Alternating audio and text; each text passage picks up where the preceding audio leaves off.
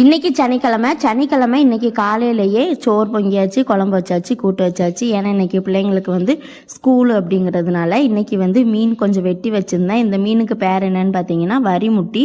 அது கொஞ்சம் நல்ல பெரிய மீன் தான். அதனால் நேற்று நைட்டே நான் வெட்டி வச்சுட்டேன் பார்த்துக்கோங்க. இந்த குழம்பு வந்து வழக்கம் போல் எங்கள் ஊர் ஸ்டைலில் இப்படி கூட்டி வச்சுட்டு வைக்கிறது தான். ஏன்னா மண்சட்டியில் வந்து நம்ம ஏற்கனவே தேங்காய் மசாலா எல்லாத்தையும் அரைச்சி போட்டு அதிலேயே பச்சை மிளகாய், கருவேப்பிலை, அதுக்கப்புறம் தக்காளி பழம் எல்லாத்தையுமே போட்டு மீனையுமே ஃபர்ஸ்ட்லேயே போட்டு நல்லா கொதிக்க விட்டுட்டோன்னு வச்சுக்கோங்களேன். கொதிக்க விட்டுட்டு அதுக்கப்புறமா கொஞ்சம் வெந்தயத்தை மட்டும் தாளித்து ஊற்றிட்டோம் அப்படின்னா மீன் குழம்பு சூப்பராகவே ரெடி ஆயிரும் பார்த்துக்கிடுங்க. மீன் குழம்பு வச்சா கரைச்சலே இல்லை. பேசாமல் காலையிலையும் இட்லிக்கு கூட நாங்கள் வந்து ஊற்றிக்கிடுவோம். மீன் குழம்புனா அவ்வளோ பிடிக்கும். இப்போ வந்து சோறு வச்சாச்சு. அதுக்கப்புறமா ஆளுக்கு ஒரு துண்டு மீனை போட்டு மீன் குழம்பையும் வச்சுட்டு அதுக்கப்புறமா இன்றைக்கி வந்து அந்த கோஸு, பீன்ஸு, அப்புறம் பட்டாணி இதெல்லாம் போட்டு கூட்டு மாதிரி வச்சுருந்தேன். அதையுமே போட்டு அந்த